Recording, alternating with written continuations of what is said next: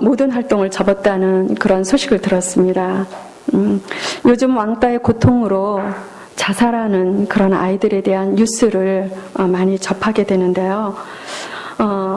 우리는 그 왕따로 자살한 아이들의 이야기를 뉴스로 들을 때마다 안타까움으로 때로는 분노하기도 하고 그렇지만 또 한 번 생각해 보아야 할 것이 이 왕따가 아이들의 교실과 아이들의 세계만 있는 것일까요? 무엇보다도 내 안에 우리 자신 안에 그 연약한 자들에 대한 왕따를 향하는 심성, 그런 심정은 없는지 오늘 한번 말씀을 통해서 냉철하게 한번 성찰해 보았으면 합니다. 오늘 본문 말씀 저희가 조금 전에 읽었는데요. 만물의 마지막이 가까이 왔다고 합니다. 이 만물의 마지막이라는 이 결말을 뜻하는 이 텔로스라는 단어는 시간과 공간의 마지막을 뜻하는 단어라고 합니다. 언제가 이런 시간과 공간의 마지막이 될까요? 우리가 방금 왕이신 그리스도를 찬양했습니다. 그 왕이신 주님이 심판의 주로 재림하여 오셔서 마지막 심판을 하실 때 그때가 바로 마지막이 아니겠습니까? 이 만물이 마지막이 아주 가깝다고 하는데 이 성경의 그 NASB 성경은 그 성경 원전을 직역한 성경인데 어떻게 표현이냐면 만물의 마지막이 우리 손안에 있다고 합니다. 그처럼 가깝다는 표현이죠. 그러므로 너희는 정신을 차리고 근신하여 기도하라. 무엇보다도 뜨겁게 서로 사랑할지니 사랑은 허다한 허다한 죄를 덮느니라. 이렇게 말씀하십니다. 마지막 예수님의 재림이 가까운 때에 우리가 무엇보다도 가장 힘써야 할 것이 무엇인가? 그것은 뜨겁게 서로 사랑하라는 그런 말씀입니다. 예수님께서는 사랑에 대해서 이렇게 요약을 간단하게 해주신 그런 말씀이 있는데요.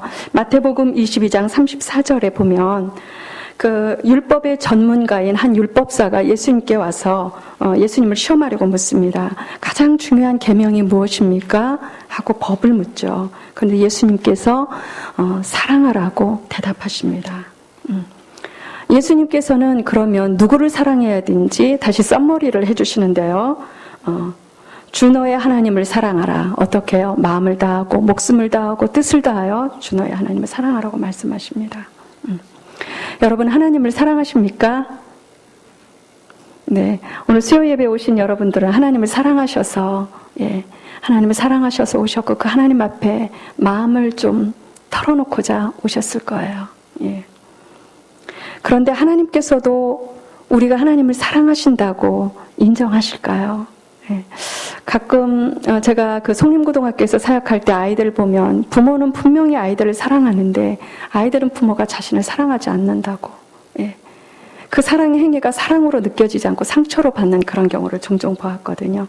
우리가 하나님을 사랑하는 이 사랑의 표현과 행위가 과연 하나님께서도 사랑으로 받으시는지 아니면 우리의 사랑의 표현이 하나님께는 상처가 되는지 이러한 부분에 힌트를 주는 말씀이 있는데요. 마태복음 25장 31절로부터 46절에 보면 예수님께서 이제 인자가 자기 영광으로 천사들과 함께 그 최후의 심판 때 오실 때 오른쪽에는 양을 구분해 두고 왼쪽에는 염소를 구분해 둔다고 합니다. 그러면서 오른편에는 그 양들에게 이렇게 말씀하십니다. 그 너희들은 그 축복을 받은 자로서 나와 함께 영생에 들어갈 것이다 라고 말씀하시면서 너희들은 내가 줄일 때 너희가 먹을 것을 주었고 목마를 때 마시게 하였고 나그네 되었을 때 영접하였고 벗었을 때 옷을 입혔고 병들었을 때 돌아보았고 옥에 갇혔을 때 와서 보았느니라 이렇게 말씀하시니까 그 양으로 구분됐던 의인들이 뭐라고 대답을 하느냐 하면 주여 우리가 어느 때 주께서 줄이신 것을 보고 음식을 대접했으며 목마르신 것을 보고 마시게 하였나이까 어느 때 이렇게 하였나이까 라고 예수님께 묻습니다. 그랬을 때 예수님께서 뭐라고 말씀하시냐면 내가 진실로 너희에게 이르노니 너희가 여기 내 형제 중에 지극히 작은 자 하나에게 한 것이 곧 내게 한 것이라. 그렇게 말씀하십니다. 또 마찬가지로 왼편에 있는 염소들에게 저주를 하시면서 말씀하십니다. 내가 줄일 때 너희가 먹을 것을 주지 않았고 목마를 때 마시지 않게 하고 기타 등등 계속 말씀하십니다. 그랬을 때 이들이 좀 억울한 심정이 아니었겠습니까? 주여, 우리가 어느 때에 주께서 줄이신 것이나 목마르신 것이나 나그네 되신 것이나 헐벗은 것이나 병드신 것이나 옥에 갇히신 것을 보고 공양하지 아니하더이까 하고 이렇게 묻습니다. 따지는 거죠.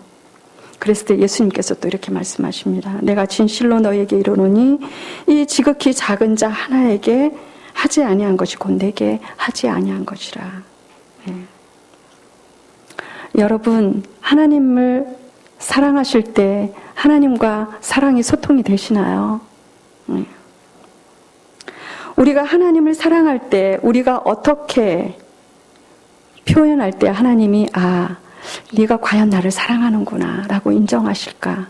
너무나도 귀한 힌트를 주시는 말씀이죠. 예. 하나님을 사랑함으로 예배하는 참 예배자, 그 예배자는 하나님의 관심인 이 지극히 작은 자, 이 지극히 작은 자는 요즘 유행하는 말로 하냐면 존재감이 없는 사람이에요. 아무런 스펙도 없고요. 어떻게 보면 찌질하고요. 어디 가서 욕먹기 딱 십상 이런 사람이죠. 그런 지극히 작은 자에 대해서 그를 하나님처럼 섬기고 배려하고 돌보는 것, 그것이 하나님을 사랑하는 것이라고 합니다. 우리는 흔히 하나님을 사랑한다고 했을 때 하나님께서는 하나님을 사랑하고 이웃을 사랑하라는 이 두 가지 말씀을 주실 때 우리는 하나님을 사랑하는 건 참 쉽다고 생각합니다. 그런데 하나님을 사랑하는 표현은 우리가 관념적으로 하나님을 사랑하고 생각하고 묵상하고 그리고 종교의식으로 종교적인 활동과 의식으로 하나님 예배하고 종교활동하는 것, 이것을 하나님 사랑한다고 생각하지만 그런데 하나님은 그것을 아까 뭐라고 했죠? 저주하시면서 내가 줄일 때 너희가 먹을 것을 주지 아니하였고 목마를 때 마시게 하지 아니하였고. 그런데 또 예수님께서 이제 우리가 사랑해야 할 대상 내 이웃에 대한 사랑에 대해서 어떻게 요약을 해주시는지 또 한번 우리가 살펴보면 성경에서 이웃에 대한 개념을 구약에서는 레위기 19장에 어떻게 정의를 하고 있느냐면 이스라엘 사람과 그 땅에 사는 외국인을 이웃이라고 그렇게 데피니션을 내렸습니다. 신약에서는 누가복음에 한 율법사가 예수님께 와서 질문하죠. 누가 내 이웃입니까? 그렇게 물어봐요. 그랬을 때 예수님께서 선한 사마리아인의 비유를 말씀하시면서 되묻습니다. 그 율법사에게. 누가 강도 만난 자의 이웃이겠느냐? 그랬을 때 그가 자비를 베푼 자니이다 라고 대답합니다. 예수님께서 우리에게 말씀하시는 그 이웃은 원수를 비롯해서 강도 만난 자와 같이 도움이 필요한 모든 사람을 예수님은 이웃이라고 말씀하세요. 그래서 하나님을 사랑하고 이웃을 사랑하는 것은 다른 것이 아니라 똑같은 것입니다. 무엇입니까? 지극히 작은 자, 원수, 강도 만난 자와 같은 특별히 예수님이 긍휼히 여기시는 고와 과부, 나그네와 같이 스스로 자기를 보호할 수 있는 능력이 없는 사람들, 이런 사람들을 사랑하고 배려하고 살피는 것. 내가 모든 것을 다 가진 교만한 자세로 주는 그런 자세가 아니라 정말 주님을 두렵고 떨림으로 섬기는 것과 같은 그렇게 섬기는 것을 하나님은 우리에게 요구하시고 있는 거죠.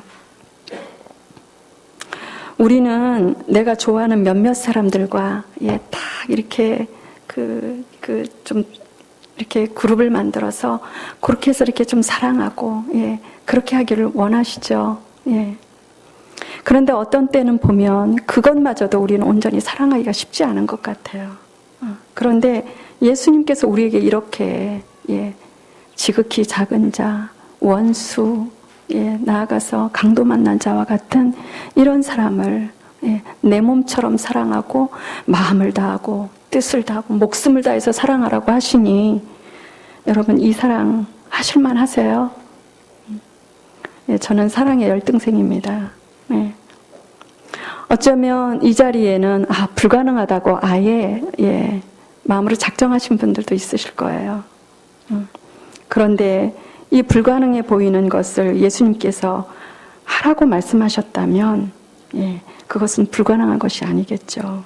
어떻게 가능할까요? 저는 오늘 본문 말씀을 통해서 우리가 정말 가장 힘써야 될 것, 우리가 하나님 앞에 부르심을 받은 우리들이 이 세상에서 가장 힘써야 될 것이 바로 무엇이냐? 사랑하는 것인데, 이 사랑하기 위해서는 우리가 먼저 해야 될 것이 있습니다. 무엇입니까? 본문 7절에 말씀에 나와 있는데요. 만물의 마지막에 가까웠으니 그러므로 너희는 정신을 차리고, 정신을 차린다라는 이 소프로네오라는 이 단어는 온전하여지다, 알맞게 되다라는 그런 뜻인데요. 이 단어를 NIV 성경에서는 어떻게 번역했냐면 be clear minded. 그래서 마음에 이미 청소가 이루어진 상태예요. 그래서 우리는 사랑을 하기 위해서, 예수님께서 명령하시는 이 사랑을 하기 위해서 우리가 먼저 해야 될 것은 무엇입니까? 첫 번째, 마음의 청소를 해야 합니다. 우리 마음에 있는 교만, 탐욕, 미움, 분노, 그리고 용서하지 못한 마음을 청소해야 합니다. 어느 소녀 가정을 돕던 사람이 돕던 그 소녀를 상습적으로 성폭행해서 얼마 전에 뉴스에 나왔던 것을 보았어요. 왜 그렇습니까? 마음에 그 탐욕을 처리하지 못했죠. 분노를 해결하지 못해서 사회 불특정 다수에게 묻지마 살인, 테러와도 같죠. 테러죠. 요즘 굉장히 사회적인 이슈가 되고 있습니다. 무엇입니까? 분노를 처리하지 못해서이죠. 우리가 정말로 누군가를 사랑해야 된다면 이 분노의 감정을 해결해야 됩니다. 자녀를 사랑하는데도 마음은 들끓어서 이를 악물고 막 말했을 때 그 자녀는 사랑한다고 결코 느껴지지 않아요. 왜 저렇게 나한테 화를 내나? 무엇보다도 우리가 용서하지 않은 마음으로는 제대로 사랑할 수가 없습니다. 용서하지 않으면 우리는 미워하는 사람을 두 사람을 상대해야 돼요. 그 사람과 내 마음에 그 사람을 하나 더 두고 이 사람을 키워나가는 거예요. 그래서 정서적으로 엉킨 실타래처럼 계속 실이 막 엉켜서 이렇게 감겨지는 것처럼. 그래서 마침내 그 건강한 경계가 없어지고 완전히 그냥 엉켜서 완전히 그냥 하나로 이렇게 뒤섞여져서 부패하게 되죠, 마음이. 이것을 그 심리학에서는 쓴뿌리라고 말합니다. 우리 성경에서 쓴뿌리라고 말하고 있습니다. 이 쓴뿌리를 해결하지 않으면 마음이 왜곡돼서 현실에 대한 바른 인식을 할 수가 없습니다. 쓴뿌리가 있는 분들은요, 현실을 제대로 볼 수 없어요. 그리고 사랑하는 사람이 있다 하더라도 사랑의 주파수를 맞출 수 있겠습니까? 못 맞추게 되죠. 열심히 사랑하지만 서로에게 계속 마음의 아픔을 주게 되고요. 그래서 우리가 사랑하기를 원한다면 정말 우리가 무엇을 해야 됩니까? 마음을 청소하는 일부터 해야 되겠습니다. 두 번째, 우리가 사랑하기 위해서 해야 될 것이 무엇입니까? 절제해야 됩니다. 본문 7절에는 정신을 차리고 그렇게 나와 있는데요. 이 정신을 차린다라는 그 말을 우리가 이제 영어로 좀 적었는데요. 자기를 조절하다라는 그런 단어를 썼죠. 바로 절제예요. 갈라디아서 5장 22절에는 성령의 열매를 소개할 때 그 맨 끝에 절제가 나와 있는데요. 성령의 이끌림을 받아 하는 사랑에는 당연히 자기를 조절하는 절제가 이루어집니다. 그러나 육신적이고 정욕적인 사랑에는 절제가 이루어지지 않죠. 그냥 푹 빠져버려요. 분별력을 잃게 되고요. 그래서 드라마에서 단골 메뉴인 그 부적절한 사랑, 그 외도를 표현할 때는 가정과 아이들과 눈에 들어오지가 않죠. 그러나 성령의 인도함을 받는 영은 사랑에 있어서도 성령보다 자기 자신을 앞세우지 않습니다. 매 순간 성령에 의해 컨트롤되려고 노심초사하게 됩니다. 자기의 열심, 자기의 노력이 드러나고 자기를 쇼업하고 이렇게 될까봐 그냥 노심초사하면서 하나님 앞에, 하나님 저를 좀 제발 주님의 십자가 뒤에 숨겨주십시오. 하나님 앞에 씨름하게 되죠. 왜 그렇습니까? 성령에 의해서 조절되는 영이기 때문에. 절제가 없이는 온전한 사랑을 할 수가 없고 사랑의 열매를 기대할 수가 없습니다. 그런가 하면 우리가 이러한 사랑을 하기 위해서 우리가 먼저 해야 될 것이 뭐냐면 7절 말씀에 기도하라고 말씀하십니다. 예수님 자신도 십자가의 그 구속의 사랑을 앞두고 심한 스트레스를 받아서요, 제자들에게 털어놓으셨던 것을 우리가 기억합니다. 마태복음 14장 34절에 내 마음이 심히 고민하여 죽게 되었다. 예수님도 이런 마음이 있으셨나 봐요. 참 위로가 돼요. 예수님도 이러셨으니 우리는 어떻겠습니까? 우리 사랑하는 자녀들을 사랑할 때, 지금 이제 이쁜 아이들 사춘기 되면요, 예수님께서도 십자가의 그 사랑을 앞두시고 심히 고민하여 죽게 되었다고 말씀하시며 제자들에게 기도를 부탁합니다. 그래서 예수님은 심한 중압감으로 무엇을 하셨냐면 겟세마네 동산에 가셔서 밤새 하나님 아버지께 기도하셨습니다. 얼마나 간절히 기도하셨는지 땀이 땅에 떨어지는 핏방울같이 되었다고 누가복음에 기록하고 있습니다. 누가복음 22장 43절에 예수님께서 이렇게 기도하시자 어떤 일이 생겼냐면 천사가 하늘로부터 예수께 나타나 힘을 더하더라. 능력을 주셨다는 것이죠. 예수님은 하나님께 기도하신 후에 힘을 얻어 담대한 마음으로 이제 제자들에게 말씀하십니다. 일어나라, 함께 가자. 그러면서 자신을 파는 자에게 자신을 내주기 위해서 찬양하시면서 담대히 가셨습니다.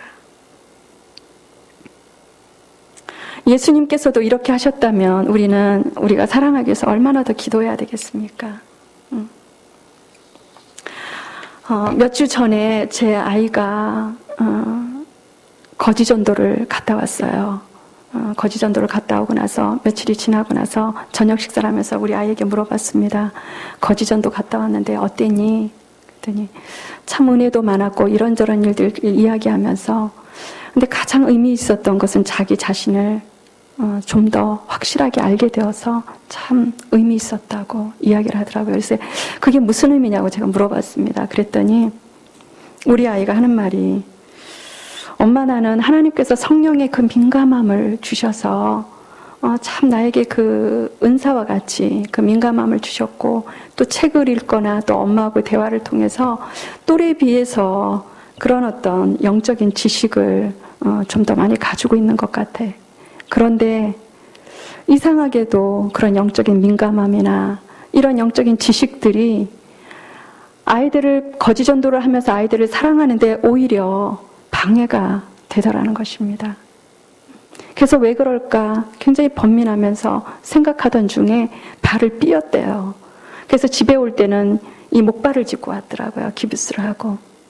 그러면서 하나님이 그 자신을 얼마나 사랑하는지를 느끼게 되었는데 그것이 무엇이었냐면 자기가 경험하고 통과한 지식이 아니라 그냥 쉽게 습득한 지식이 마치 자기가 그 상태인 것처럼 착각을 하고 그리고 그렇게 되다 보니까 자기가 얼마나 교만에 빠질 그 위험에 있는지를 알게 되었다는 것입니다. 저는 이제 우리 아이에게 이야기를 들으면서 제가 이제 생각나는 것이 하나가 있었습니다.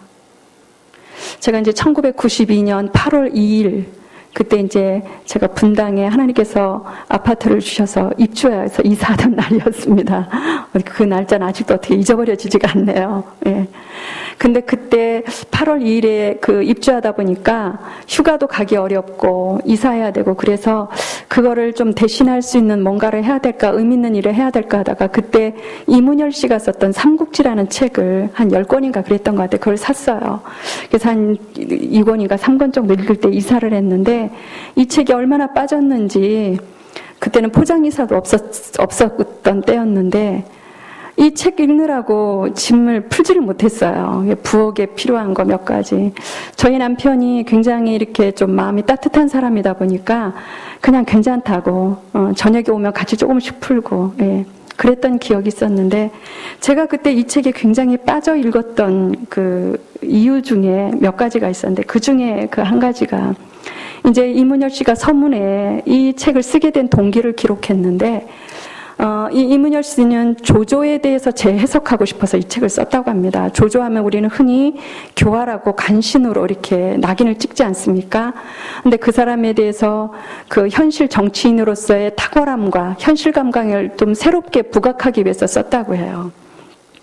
그래서 이제 이문열 씨가 중국에 가서 이제 삼국지 무대가 되는 배경들을 전부 다 둘러보고 여행을 하고 그리고 나서 중국의 삼국지를 연구하는 전문가를 만났는데 그 전문가가 했던 이야기가 저에게 두고두고 뭔가 의미심장하게 잊혀지지가 않고 제 마음에 떠올랐습니다. 그게 무엇이었냐면 그 사람이 이문열 씨에게 이런 말을 했습니다. 당신이 조조를 재해석하는 건 좋다. 그런데 이것만은 지켜달라. 만약에 이게 허물어지면 더 이상 그것은 삼국지가 아니다. 그러면서 이야기했는데 그게 무엇이었냐면 촉한 정통론이었어요. 좀 말이 어렵죠. 한 나라의 정통성을 이어받은 나라가 촉나라라는 거야. 당시 한 나라는 세 갈래로 나뉘어져 있었습니다. 촉나라는 유비가 주인이었는데요. 저쪽 서쪽 끝 변방의 나라였고요. 그 다음에 그 중국의 그 모든 정치적인, 그 다음에 문화, 경제적인 중심지였던 중원을 차지했던 사람은 조조였습니다. 그 사람은 이문열 씨의 손에서 얼마나 탁월하게 묘사되었는지 제가 32살에 그 책을 읽었을 때는요, 유비는 너무나도 그 무능하고 우유부단한 사람처럼 보였고, 이 조조는 너무나 탁월해 보였었어요. 네. 그런가 하면 또 하나 오나라는 어떠냐면은 남쪽의 그 곡창지대 손건이라는 사람이 그 주인이었던 그 세 나라였습니다. 그러면서 이 촉나라가 한 나라의 그 정통성을 이어받는 나라라는 것이었어요. 저는 이게 참 좀 이해가 안 됐습니다. 차라리 위안 정통론이 맞는 것도 같고, 그런데 제가 이제 한 40대가 되니까 이 말이 이제 공감이 되기 시작했습니다. 방금 말씀드렸던 것처럼 유비라는 사람은요, 한마디로 그 사람에 대해 평가하는 단어는 현덕이라고 그래요. 유비현덕. 예. 아이들 만화에도 유비현덕이라고 아마 쓰여졌을 겁니다. 이 현덕이라는 것은 어질고 덕 있는 사람이에요. 예. 이 사람은 이 사람에 해당된 고사성어 중에 삼고초려라는 그런 단어를 여러분 많이 들어보셨을 거예요. 예. 제갈량이라는 한 사람을 책사로 얻기 위해서 굴욕을 무릅쓰고 3번이나 찾아갔죠. 예, 거절을 당함에도. 그래서 이 사람을 자기 책사로 불러드립니다. 그런데 이 제갈량이라는 사람은 아마도 삼국지에서 가장 매력 있는 사람인데요. 이 제갈공명은 너무나도 지혜가 탁월하고 능력이 출중했던 사람이었습니다. 그의 인품과 인격은 말할 것도 없고요. 이제 촉이라는 나라는 유비라는 사람보다도 모든 중심 인물이 제갈량이라는 사람이 돼요. 그런데도 불구하고 예, 이 유비는 여전히 그 사람을 예, 품고 견제하지 않고 예, 이 사람의 울타리가 되어주고 이 제갈량을 통해서 촉이라는 나라는 예, 굉장히 그 대업을 이루어 나가는데 박차를 가합니다. 이렇게 지혜로웠던 사람만 품은 것이 아니라 아주 말썽꾸러기 같은 사람들도 있었죠. 예, 그 중에 의형조로 맺었던 장비 같은 사람은요, 다혈질이었어요. 이 사람은 사고를 너무 잘 쳤습니다. 황제가 된 유비가 끝까지 예, 이 장비를 아우로 받아들이면서 이 사람을 품죠. 그런가 하면 조조라는 사람은 어떤 한마디로 어떻게 평가되냐면 의심 많은 사람이었습니다. 예. 이 조조는 굉장히 실력이 탁월했지만 그러나 그 조조의 그 사람 밑에서는 예, 끊임없이 견제하고 자신의 실리에 따라 권모술수에 의해서 사람이 제거되고 예, 그래서 조조의 주변을 보면 모두 자기 실리에 따라 움직이는 사람들만 남게 됩니다. 저는 우리 아이와 이야기를 나누면서 이런 이야기를 했습니다. 덕이라는 것은 사랑을 다 포괄할 수가 없습니다. 왜냐하면 범위가 그렇게 크지가 않아요. 그러나 사랑은 덕을 다 덮고도 남을 만큼 예, 범위가 크죠. 그런데 우리는 흔히 정치판을 뭐라고 표현하냐면 시정잡배들, 예, 시정잡배들로 치부하죠. 그런데 난세의 이 한 정치인 유비를 보면서 나는 과연 예수님의 제자로서 또 교역자로서 한 정치인의 덕을 넘어서는 사랑을 하고 있는가? 예, 그랬을 때 그렇지가 못하더라고요. 제가 지난달 저희가 사랑의 용기를 잃었다고 하니까 어떤 집사님이 저에게 전도사님이 그러시면 도대체 우리는 어떻게 하느냐고 그런 이야기를 하더라고요. 예. 솔직한 심정입니다, 저의. 그러면서 우리 아이에게 이런 말을 했습니다. 엄마가 젊었을 때 그런 탁월함이 눈부셨고 스펙이 눈부셨고 너도 이제 하나님 앞에 부르심을 받아 이제 복학해서 공부를 할 때 너가 무엇에 힘써야 될지 엄마는 아직 이 사랑을 통과하지 못해서 이 50의 나의 한 정치인의 덕에도 미치지 못하는 사랑 때문에 밤에 잠 못 자고 번민하는데 너는 다른 일보다도 이 일에 힘썼으면 좋겠다. 그래서 너가 목회하는 교회에 온 성도님들이 너에게 예수님과 같은 사랑은 아니어도 이 유비 현덕과 같은 덕을 느낄 수 있는 성도님들이 그 속에서 기뻐할 수 있는 그런 엄마같이 50대에도 이렇게 힘들게 이 통과되지 않아서 이렇게 정말 질질 매지 말고 너는 다른 것보다도 이 일에 힘썼으면 좋겠다라는 이야기를 했습니다. 저는 요즘 참 많은 번민의 그 시간을 갖고 있습니다. 예. 과연 제가 하는 사역과 섬김과 또 신앙 강좌와 프로그램들을 통해서 제가 섬기는 성도님들이 과연 이런 사랑을 하나님의 사랑을 느낄까? 예. 아니면 이 한 정치인의 이 덕 정도의 이런 것을 느낄까라고 생각해 봤을 때 그렇지 못하다는 생각이 들었기 때문입니다. 그러면서 늘 사랑을 얘기해야 되고 예수님의 십자가와 구속에 대한 이야기를 하는 제 자신을 볼 때 어떤 때는 너무나도 자괴감마저 들 때가 있습니다. 제가 사랑에 대한 용기를 잃었지만 그러나 그렇다고 사랑하는 것을 포기하지는 않았습니다.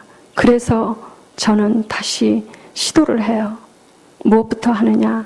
제 마음을 씻어내는 일부터 합니다. 제 마음의 청소를 시작했습니다. 탐욕이 있는가?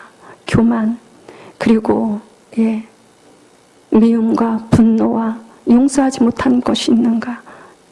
매일마다 저를 점검하고 새벽마다 기도합니다.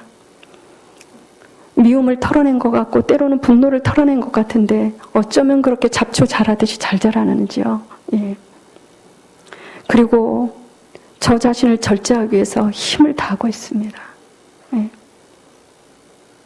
하나님께서 말하고 하지 않으시는 것에 대해서는 함구하고 철저히 싸우고 있습니다. 그리고 기도하고 있습니다. 제가 이렇게 하나님 앞에 많이 이렇게 마음을 번민하고 힘들어할 때 저에게 용기를 주셨던 말씀이 있었어요. 우리가 지난달 매일 성경을 통해서 고린도전서 13장 굉장히 여러분들도 은혜를 받으셨을 거예요. 고린도전서 13장 8절에 보니까 사랑은 언제까지나 떨어지지 아니하되 우리는 이렇게 번역돼서 좀 어려운데요. 이 말씀을 그 영어 성경으로 한번 보니까 그 성경이 딱 불이 켜져서 제 눈에 비치면서 저에게 용기를 주는 것 같았습니다. 그 맨 마지막 자막을 좀 한번 보여주실까요? 사랑은 결코 실패하지 않는다라는 말씀이죠. 이 8절을 이렇게 번역했지만 저 단어는 사랑은 결코 실패하지 않는다는 단어였습니다. 저는 사랑에 실패했다고 생각을 했습니다. 피곤했어요. 좀 지치고 그랬는데 아직 실패하지 아니었구나. 사랑의 길을 실패한 것처럼 보이지만 걸어가고 있고 주님께서 제 손을 붙잡고 더 온전하게 사랑할 수 있도록 저를 이끌어 가시는구나 하는 생각을 했습니다. 말씀을 정리하겠습니다. 프로축구 선수 중에 이영표 선수가 그 35살이 넘어서 이제 생애 마지막 그 프로 선수로서의 그 인생을 정리하기 위해서 그 프로 그 구단에 입단을 했는데 그때는 유럽의 아주 좋은 프리미어 리그인가요? 저는 축구를 잘 모르는데요. 그 유럽과 세계 곳곳에서 러브콜을 받았다고 합니다. 그런데 이영표 선수가 정하고 간 곳은 캐나다 밴쿠버에 있는 화이트캡스 팀이었어요. 그 팀은 이제 새로 생긴 신생팀이었고요. 그에게 러브콜을 보냈던 팀 중에서 가장 연봉이 적은 그런 팀이었다고 합니다. 그런데 이영표 선수가 이 팀을 정하게 된 이유가 참 저에게 감동이 되었습니다. 그것이 무엇이었냐면 사람이 죽을 때 가장 가치 있는 말을 하는데 사람이 죽을 때 유언을 할 때 보면 그때 내가 좀 더 성공을 했어야 되는데 그때 내가 좀 더 돈을 벌었어야 되는데 이렇게 말하는 사람을 한 사람도 보지 못했다고 합니다. 사람이 마지막 죽을 때 왜 내가 그때 사랑하지 못했을까?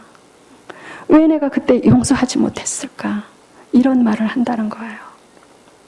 결국 그것은 무엇이냐? 그것이 인생에서 가장 중요하기 때문에 그렇게 말하는 것이라고 이영표 선수는 들었다고 합니다. 그래서 자신의 생애 마지막에 가장 그 구단이 추구하는 가치가 자기하고 맞는 것, 스포츠맨 정신을 통해서 꼭 1등보다도, 그래서 그가 화이트캡스에 들어갔는데요.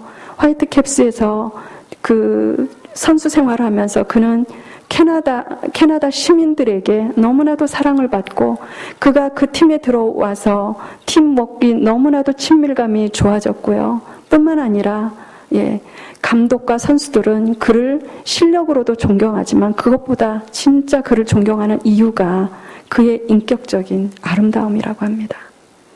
프로축구 선수들 사이에서도 이런 인격적인 아름다움으로 감동하는 팀이 있구나. 그 팀이 바로 화이트캡스구나. 그저 어떻게 하면 이겨야 되는 것이, 승리하는 것이 이 프로축구 세계인데 이런 팀이 있구나 하는 생각을 하면서 이 화이트캡스에 대한 팀에 대해서 굉장히 저에게는 관심이 가더라고요. 우리가 만약에 우리의 그 생명이 1년 아니면 한 달이 남았다고 하면 여러분은 무엇에 힘쓰시겠습니까? 돈입니까? 성공입니까? 무엇입니까? 정말 마지막에 가까운 때 우리가 가장 힘써야 될 것, 이 베드로전서에서 말씀하신 것처럼 서로 뜨겁게 사랑하는 것, 이것이 아니겠습니까? 이 사랑이 없는 사역과 이 사랑이 없는 우리의 삶은 생명이 없는, 그래서 산을 옮길 만한 믿음이 있고 무엇이 있고 무엇은 아무것도 아니요. 그 다음에 사랑을 갖지 않으면 아무것도 가진 것이 아니라고 고린도전서에 직역을 해보니까 그렇게 나와 있더라고요. 저와 여러분이 이 사랑하는 일에 같이 용기를 내고 사랑하기 위해서 우리가 함께 마음의 청소와 또 절제와 기도하는 그런 저와 여러분이 되었으면 좋겠습니다. 기도하겠습니다.